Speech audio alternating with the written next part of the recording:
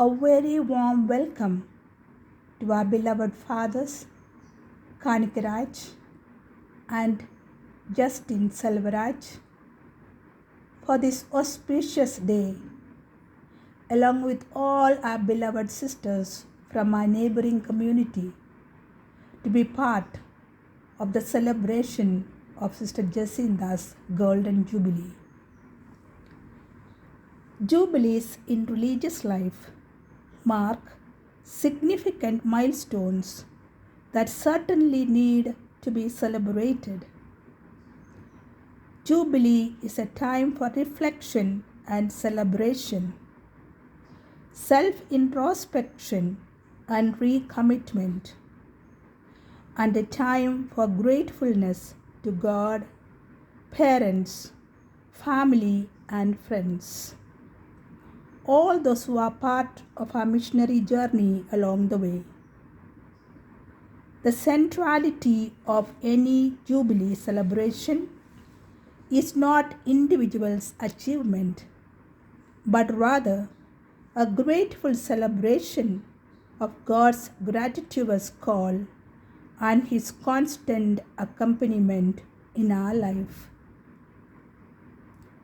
A half century ago, a maiden of tender years knelt before the altar of God to receive the religious habit of the Sisters of Saint Joseph of Tabs.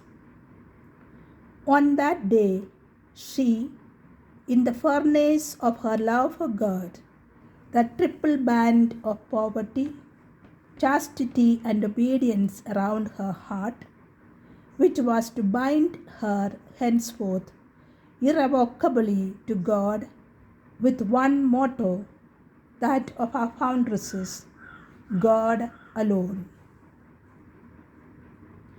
Dear Sister Jacinda, today we join you in thanking God for each and every blessing you have received in your life as an SJT.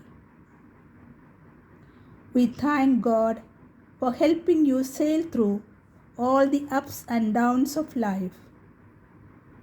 We thank God for preserving you in His love. We thank the good and mighty Lord for the beautiful gift of your vocation to this institute and for the church. We acknowledge and celebrate your dedication and commitment through these many years. We express our love, appreciation, and thanks for all that you have accomplished in the vineyard of the Lord, in different places in our country and to the people of Africa. We are here to celebrate the unique way in which you have nursed the sick, the elderly, the HIV patients, and their children. We have no doubt that your heart recalls the many ways in which the Lord has worked in you and through you in so many powerful ways.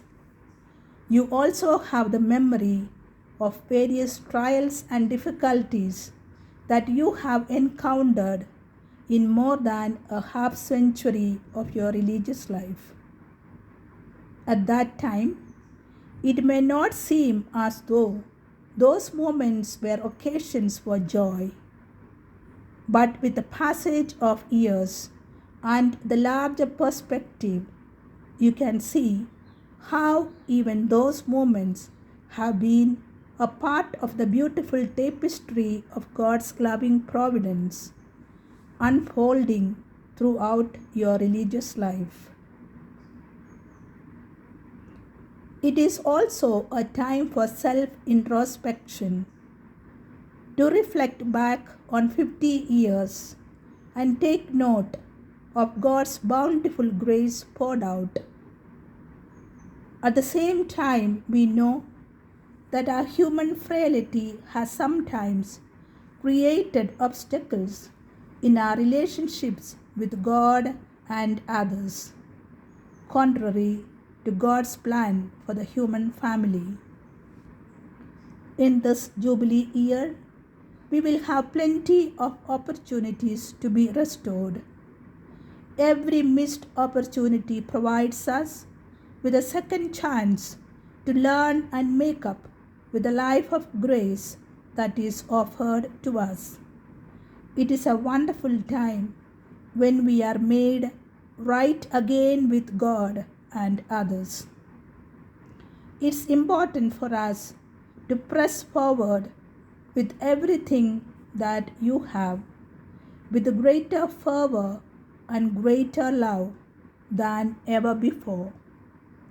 May God grant you good health so that you continue to serve the Lord till your last breath.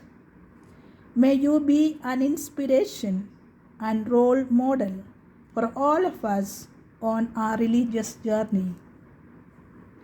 May your golden Jubilee year moves into a new spiritual landscape with new energy and deeper joy.